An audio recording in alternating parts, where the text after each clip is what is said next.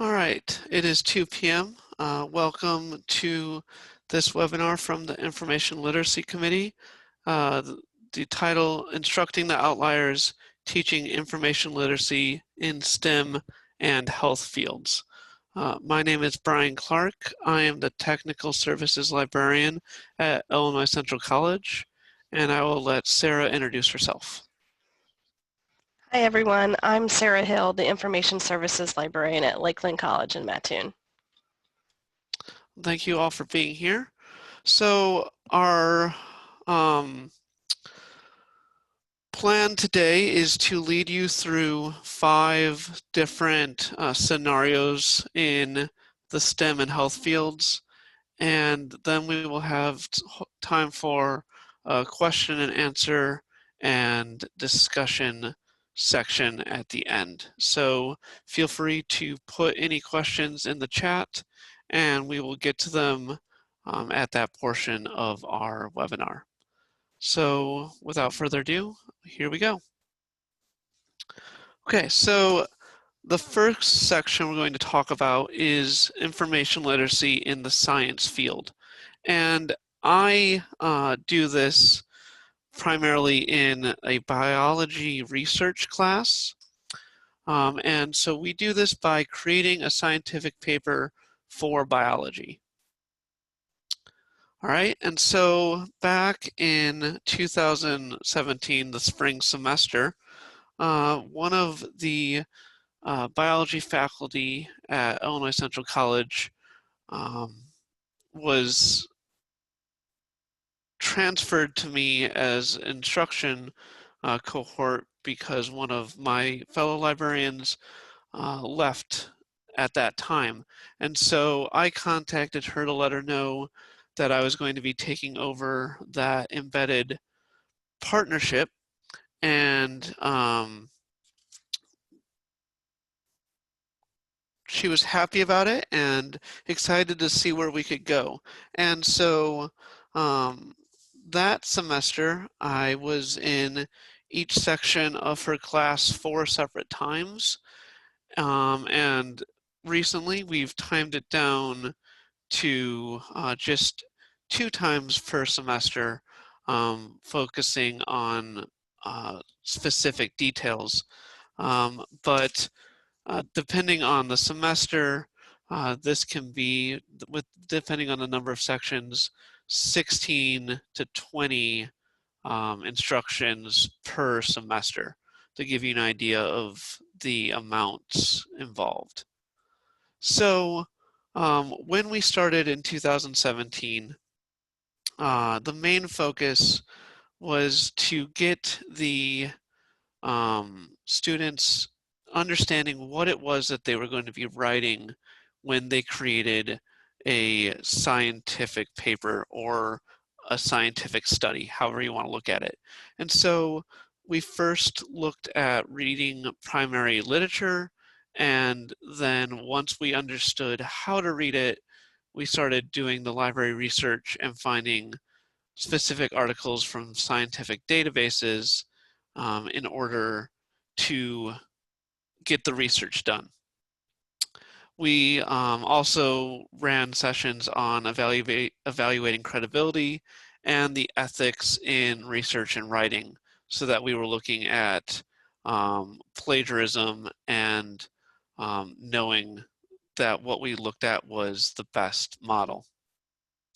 So recently, as I said, we've reduced the numbers because I am visiting her class in their lab sessions, and it just became difficult for them to fit everything they needed for the lab portion of this project and the experiment portion of this project, along with me being part of the class 4 times.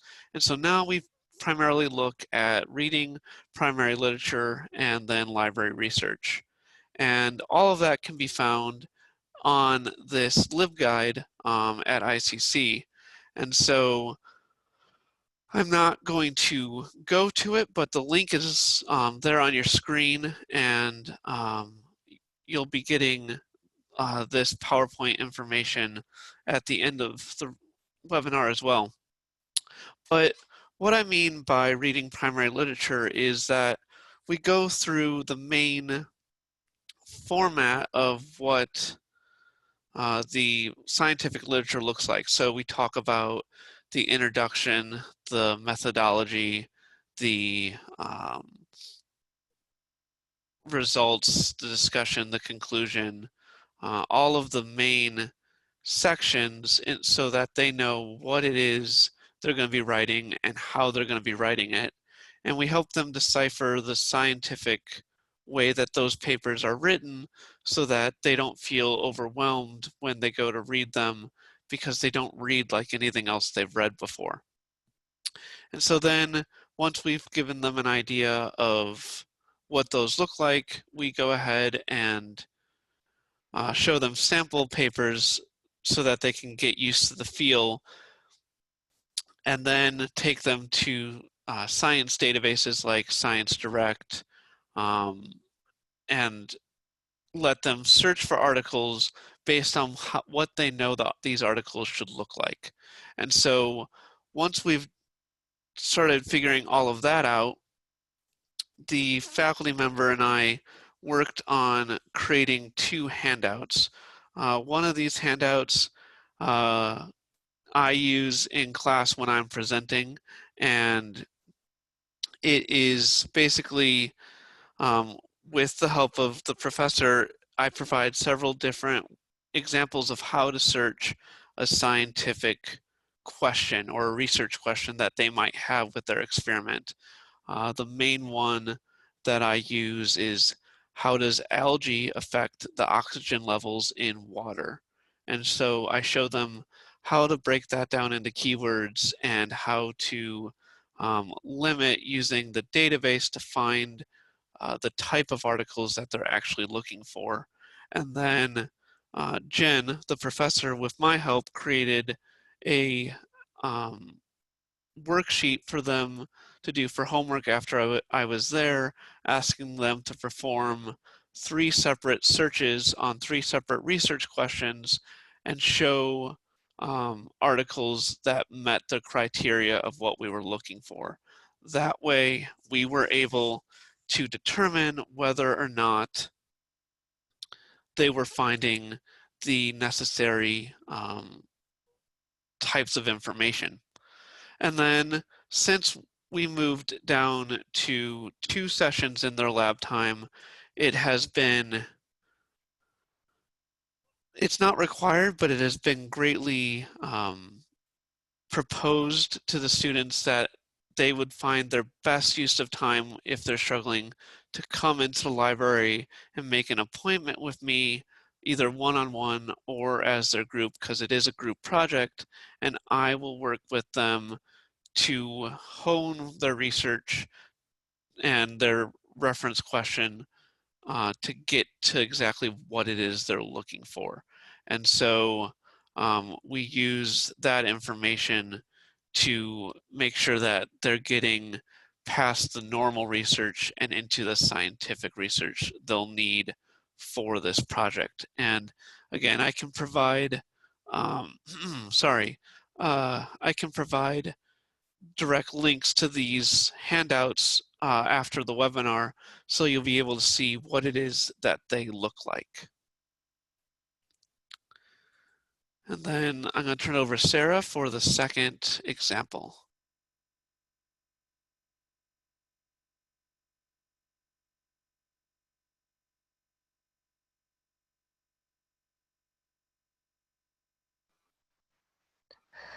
Thanks, Brian. I do want to apologize to everyone in advance. I have a cold, so I will try to mute my mic. So if I cough, so if I disappear for 2 seconds, I'm coughing. I'll be right back. So today, what I'm going to talk about is a project that I do with all of our dental hygiene cohort that we have here at Lakeland College. So if you want to go ahead and move to the next screen, Brian.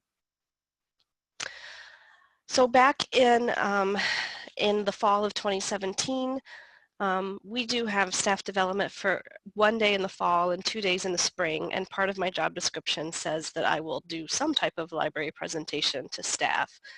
At this time back in 2017, I just happened to do, I call it fake news, even though it covers a lot more than just that.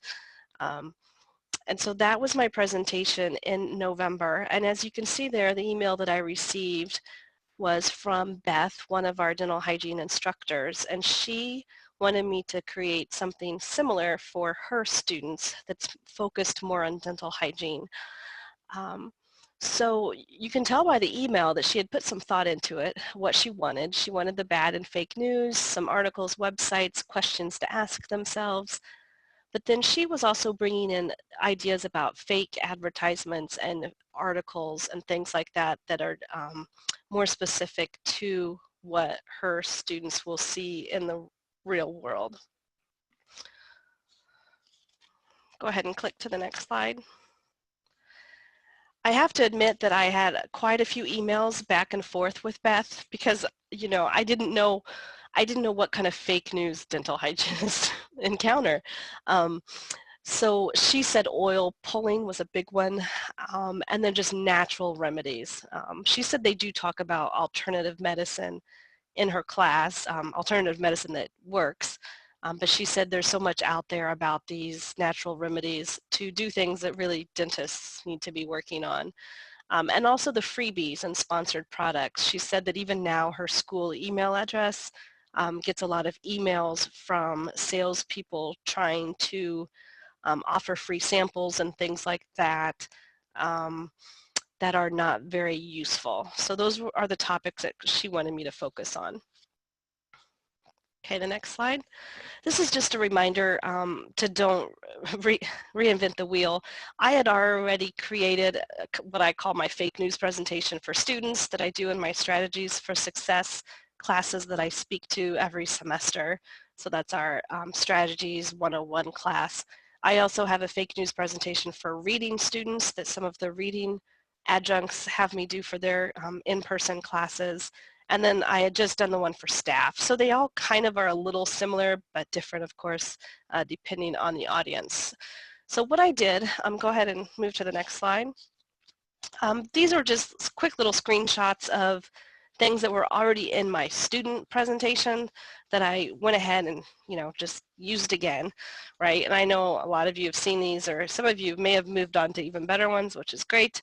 But I still use the Hank Green, his fake news video from the science show from, I think it's 2018.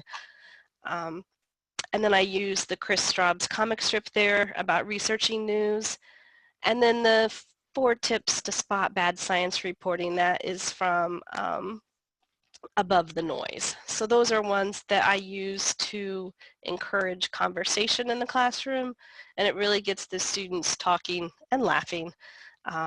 We discuss things like confirmation bias, motivated reasoning, online experts, clickbait, all those things that are just kind of general fake news terms. And then go ahead and move to the next slide. Then when I was talking to the dental hygiene students, I had them just get on their phones and research how to cure a cavity. And then this is in December, the end of a lot of their courses. So they laugh and they're really willing to share some of the things that they find. These are screenshots that I found. YouTube, Fixed Cavity No Dentist, you get a whole bunch of good ones. Even Snopes has some articles about things about the terminal cancer victims. They've all had root canals. But then I also show the students things that other dental hygienists and dentists have done. Like in the bottom corner, there's this Davenport Dental Group where they have articles on their blogs where they post things about fake news, about root canals and things like that. So this is what I really try to encourage to the students, that this is the kind of proactive result that they could take as a dental hygienist in the workplace. Many of them will stay in the area where I am. It's a rural area. Our dental offices are small. Sometimes, there's only 2 or 3 dental hygienists in an office. So they might be able to take the initiative and do a blog or something like that to inform their patients. Go ahead and click on the next. On this screen, some of you have probably already seen me on the media over on the left-hand side, where I share things like that with the students. And then I also share a lot of the promotional images, and I think one is on our library Facebook page right now. If you didn't know, Libraries Transform did do a whole series of banners and logos and images with the U.S. National Library of Medicine. So it all has to do with allied health, fake news type of information. And those are some that I still occasionally will put all over our library Twitter and social media feeds. I will say that the bad thing about this assignment is there's no actual assignment after my presentation. It's just a class discussion. They do have, I'm talking to them in their last class, and then the next week they take their finals.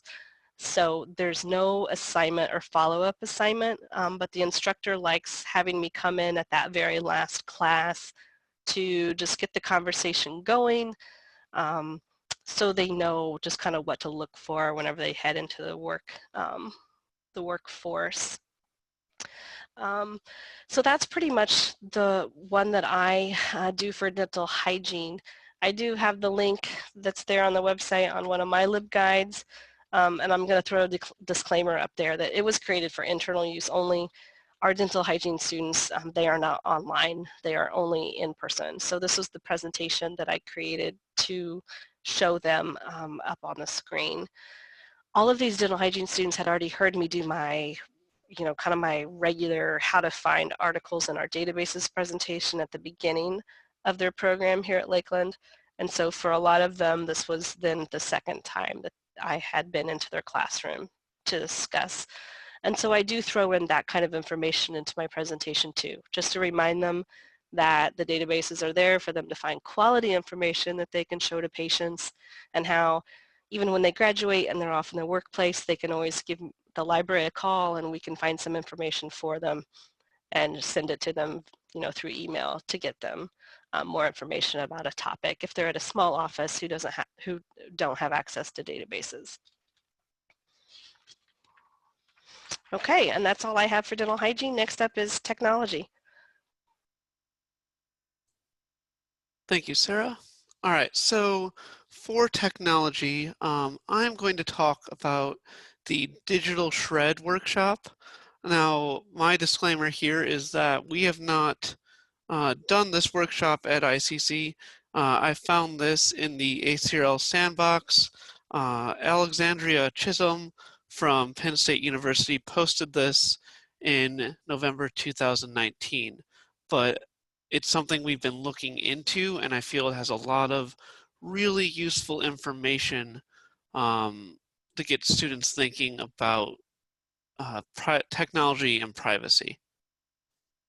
Okay, so as you can see on the screen, there are four main objectives for the Digital Shred workshop.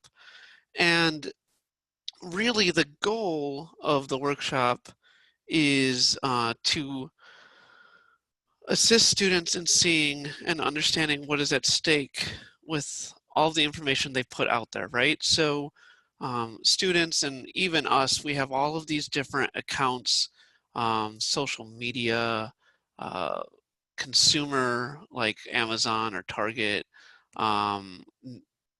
subscription accounts to news agencies, lots of different accounts that contain personal information, either just in the form of usernames and passwords, credit card and banking information, social media. A lot of times, depending on what we post, it's going to show where we are, what we're doing, what we're buying, stuff about our families, stuff like that.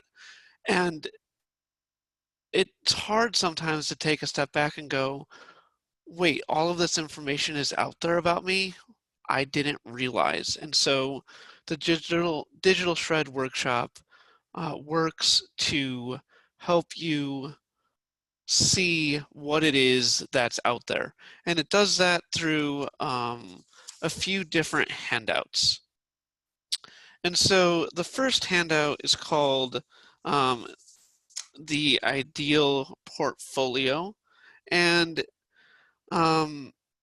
basically it's just asking you to create the perfect account for yourself. So if you had total control of what you were doing, what take a step back and ask yourself how you would create that account. And it segments it into 4 sections. So the username and bio, the phone and email, the type of interactions, and the time of and place of interactions. And it starts you thinking about what works best for each of these sections through guided questions. And the link at the bottom will take you directly to this worksheet from the sandbox, and you'll be able to see that these questions really help you realize what is missing or incorrect with the ways you use your accounts now, right? So, you know, what's the difference between this ideal account and what's actually on your account, right? So it's going to really help you decipher between the two. Then the second part of this first worksheet is the digital shred damage assessment. All right, and so we often think of data security as something that we control with our passwords, but the digital shred activity makes us think about it in a different way. It breaks it down into 5 sections, but those break down further roughly into 3 categories. So it first asks us what we're doing wrong in identify vulnerability, right? So since we've created the ideal portfolio, it's asking us what is different between what we do and what would be perfect in the perfect world. Then it makes you think about what happens if you've already been hacked. And so it asks you to evaluate the impact of disclosure and to estimate the damage. And this makes you thinking beyond just, oh, I've been hacked, what do I do? It takes you beyond that. It takes you to the emotional and even further implications. Like it talks about your job, it talks about just friendships, relationships, taking it beyond just the initial gut wrench of being hacked. It takes you to possible outcomes to make you really question what you're actually putting out there. And then third, it goes into assess risks and plan corrective action so that we don't run into the situation that we thought about in the previous section if we've already been hacked. So it's helping us find a way, start planning a way to get beyond this amount of information that we have out there. And so once we've created our ideal portfolio and we've done the damage assessment, it then asks us to create a personal data integrity plan.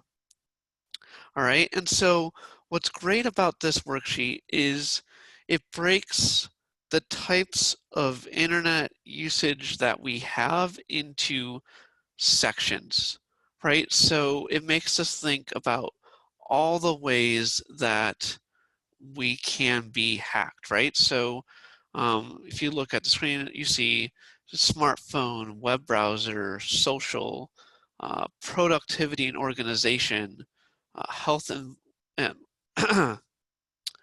health and wearables, smart house, right?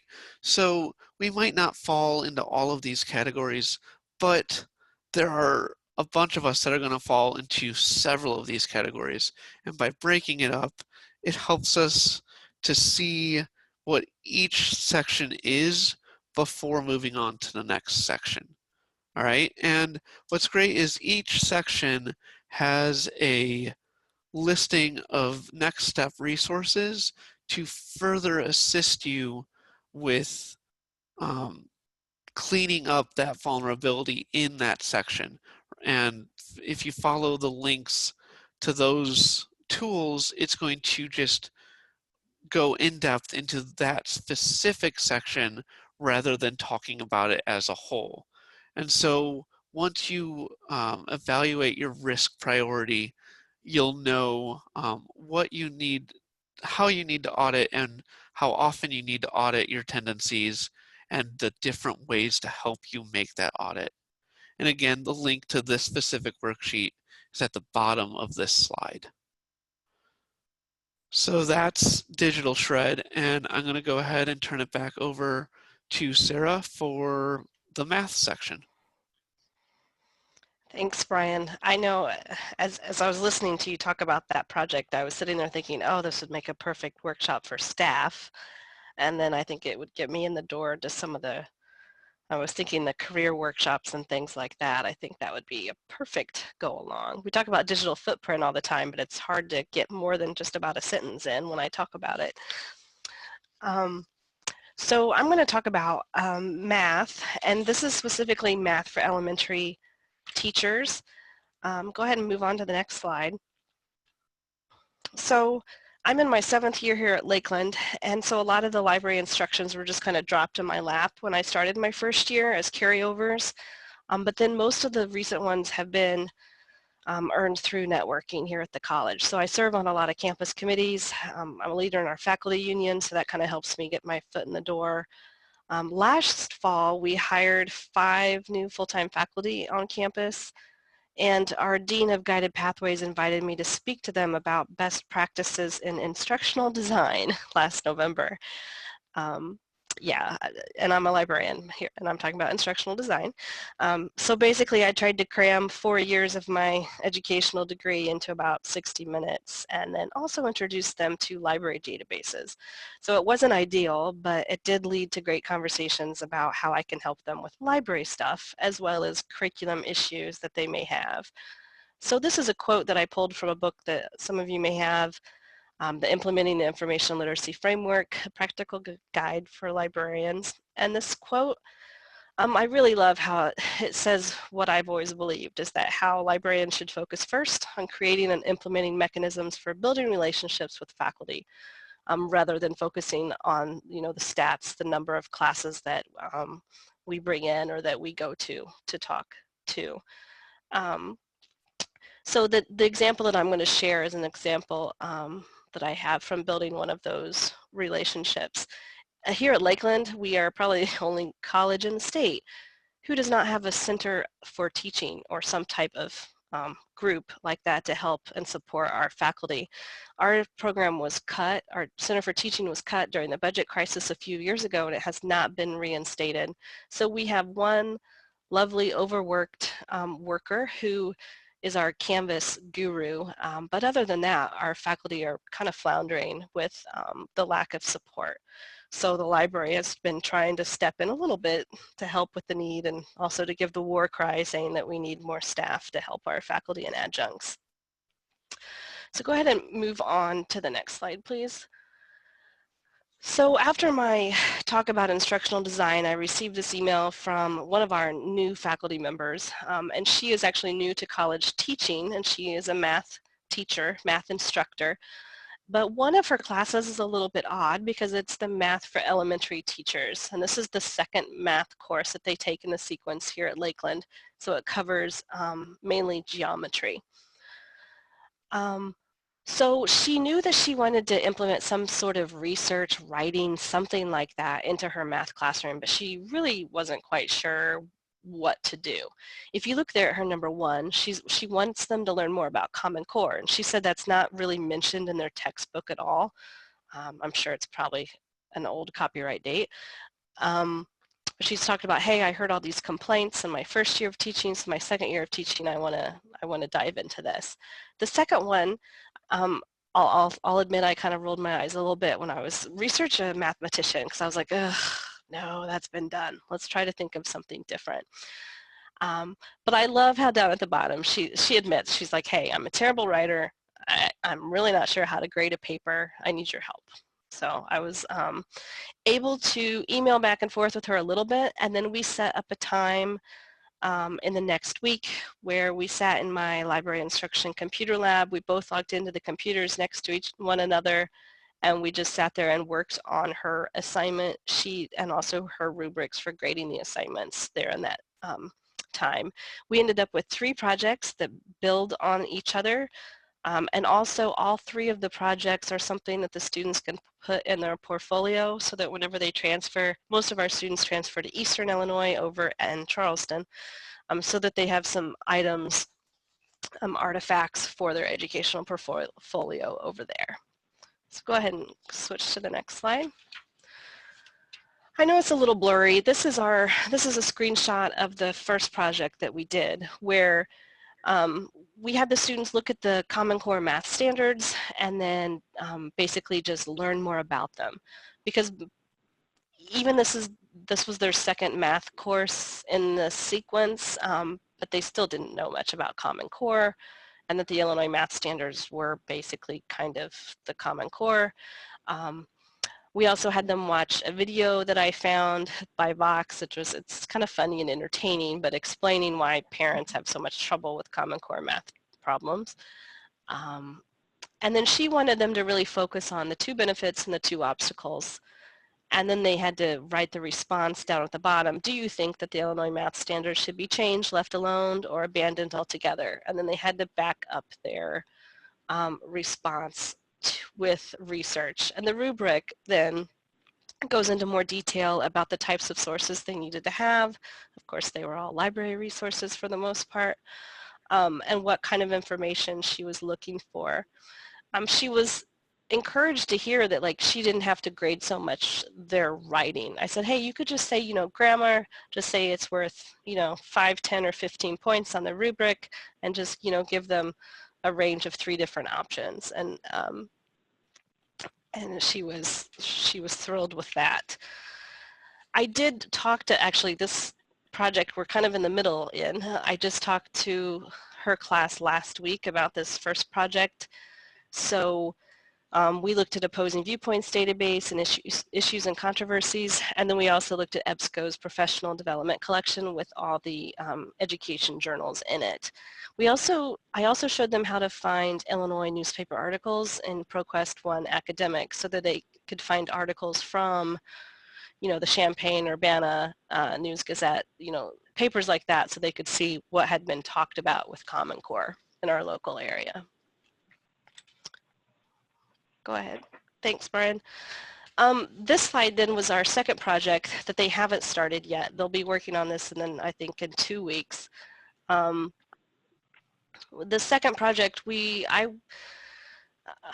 you can't tell, I do have a background in education and curriculum, so and I used to evaluate teachers. So I was trying to make sure that these projects were something that a principal would like to see in the online portfolios for these future teachers. So in this project, what we did was the students are going to go ahead and get in a small group. They're going to work on a geometry standard of the Illinois Math Learning Standards, and then they're going to do a lesson plan, which that's pretty common in most education classes. But it is all new to this math teacher because she does not have any educational background at all.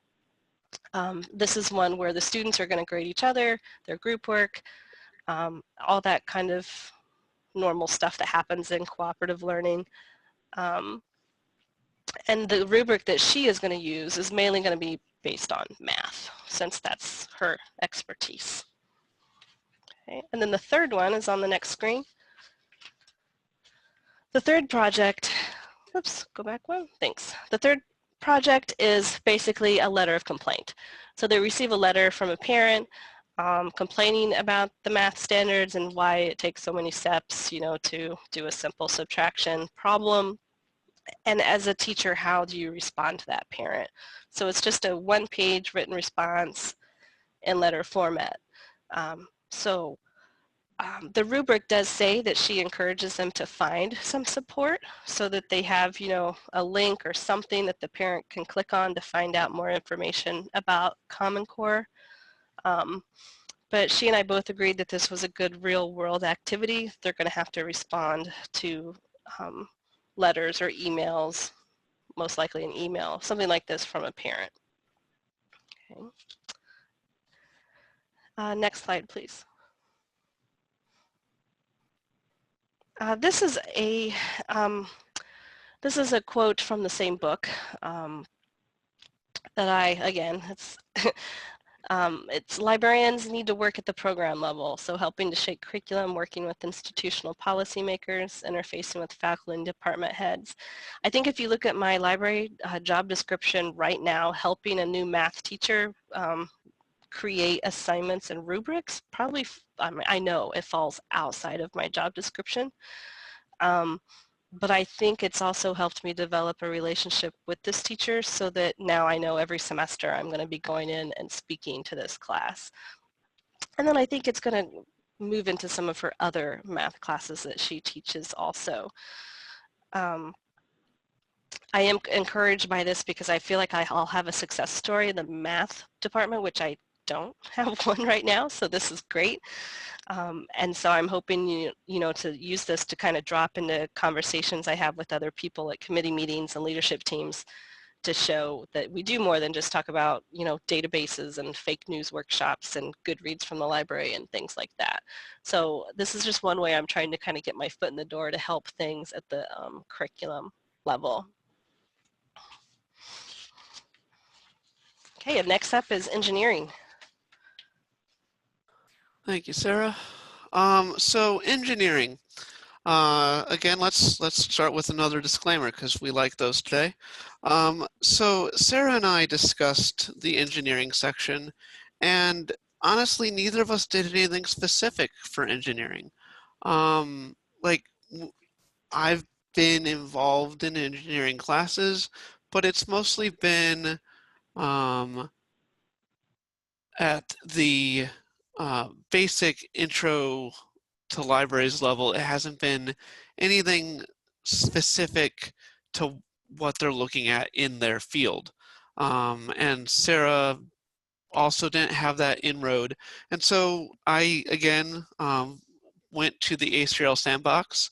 That is a very useful tool. If you haven't been there, we highly recommend it because there's just lots of useful worksheets and techniques that you might not come up with otherwise.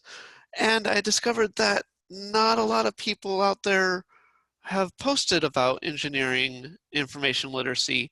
However, I did find one really useful tool, at least I found it very useful. And this was posted in December 2016 by Leah Vela from the U.S. National Park Services. All right, and so let me just click through her. Okay, so there are two sets of objectives. So these are the first 4 objectives, and what you can see is that if you read through the objectives, you can kind of get the sense, and it's posted on the sandbox as well, that this tool is found in the information has value frame. And the goal is just to illuminate the process of discovering and retrieving scholarly information and where you go to find it. Okay, so these first 4 objectives, we're just looking at the basics of information has value and just getting the students used to the idea of there being something other than Google, right? Because, that's what they all use. Heck, that's what we all use on a regular basis, but we know better, and there's a time and a place. And so understanding the value of information and that time and place really gets this tool going. Then the objectives continue, and it starts talking about where to find the best information. And it helps us bring it back to the library and demonstrate what tools we have specific to their field, right? So at ICC Library, just throwing out numbers, we have over 100 databases that we subscribe to, and one of the ways that we can use them is that we've grouped them into the main curriculum subject areas so that they can see which of these databases relate specifically to their field, and they're not just going through it haphazardly. They're really finding the databases that best fit what they're looking at. And so the actual tool itself, and it's a little small on the screen, I apologize, but there's a lot of information and I had to fit it all on one slide. But the link for it direct to the worksheet is at the bottom of the slide. But as you can see, it's the table, it's relating the type of information with where you can and will find that information. So the directions for using the tool, it talks about splitting the class into groups and having each set of students investigate one of the tools to see what type of information it's good for and what type of information it isn't good for. And then we can bring the class back together and everybody can fill out their worksheets line by line as the groups present.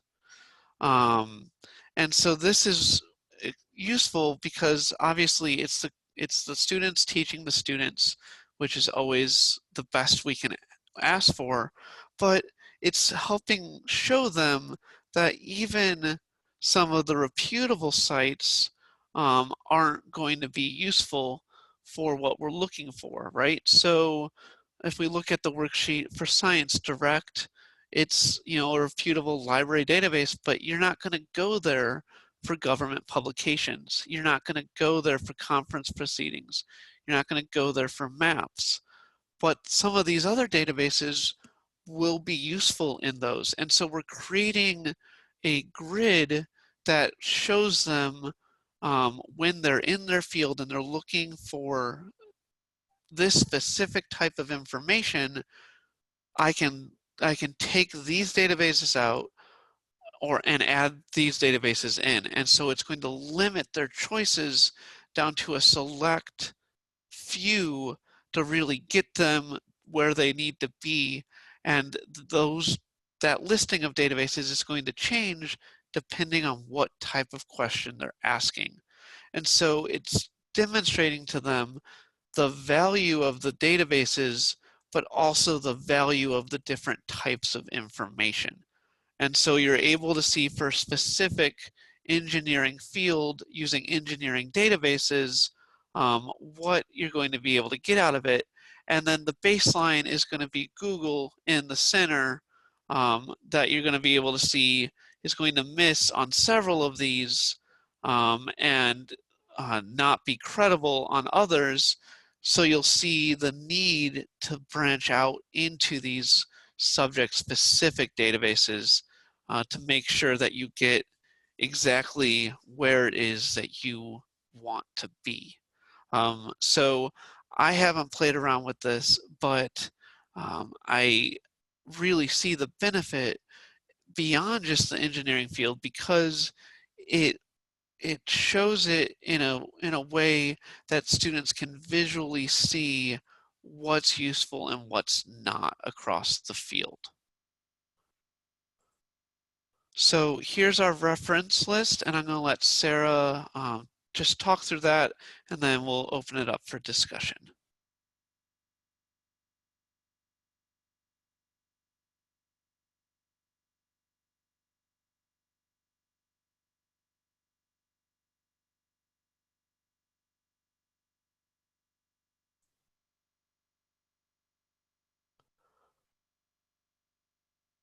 I will go ahead and take it back.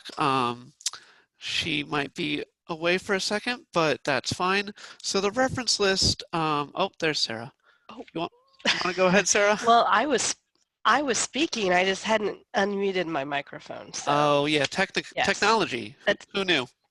Exactly. Yes. So, excuse me. There are references that are listed there, and then the other links that will be posted in the slide whenever those are uploaded to the website. The next one, we just ask for Q&A. So we would like to hear what projects that you all are currently doing right now in the STEM and health fields on your campus. What are you doing? What works well? Because I know I would probably like to replicate them on my campus. It's easy to talk to the speech and comm students. It's harder to get to those other divisions, like, for example, our pre-engineering students.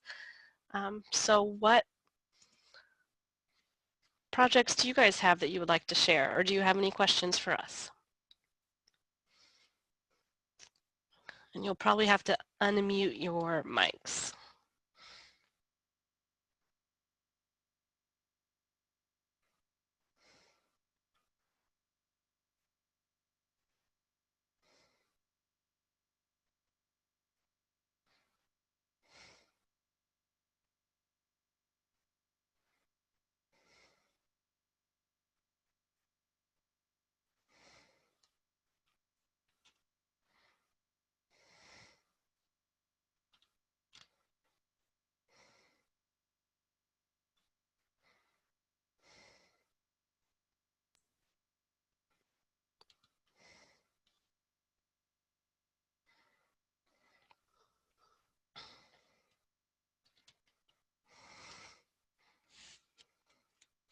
Well, If there's no anyone? questions,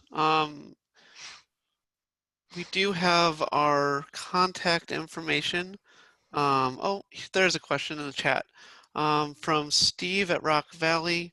What experience do you have in nursing literacy? You talk to your nursing students, Brian? I personally don't, but ICC, we have a separate campus, and the librarians over there are very embedded in the nursing program.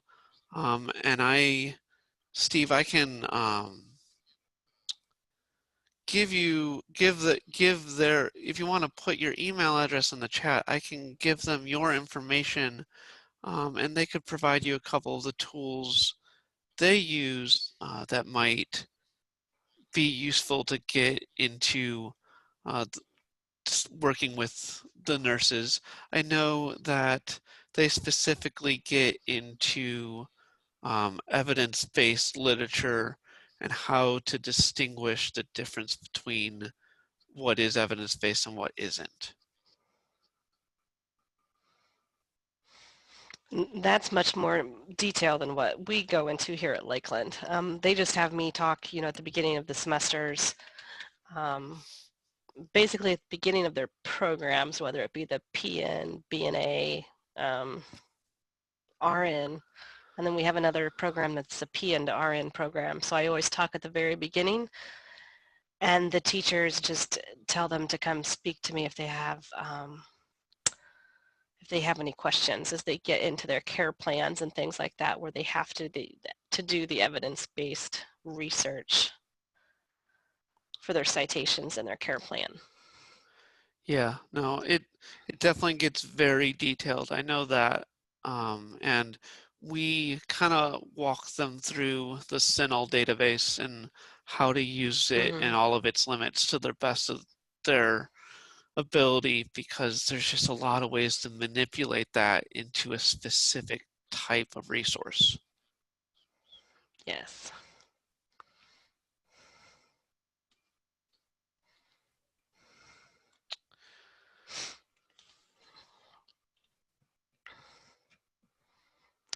And then, Laura says she can yep, pitch some of these ideas to our instructors. Yes, yeah, I and agree. Same that's the here. hope, right? I mean,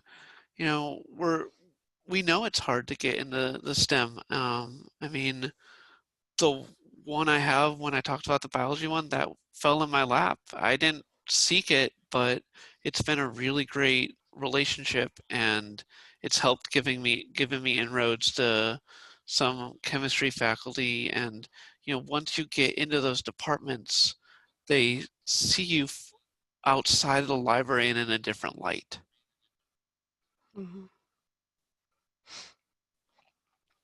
Great. So Steve, thank you for your email. I have it in the chat. I will make sure to have them contact you with some of the resources they use for that, because I don't have them off the top of my head, but that'll be great.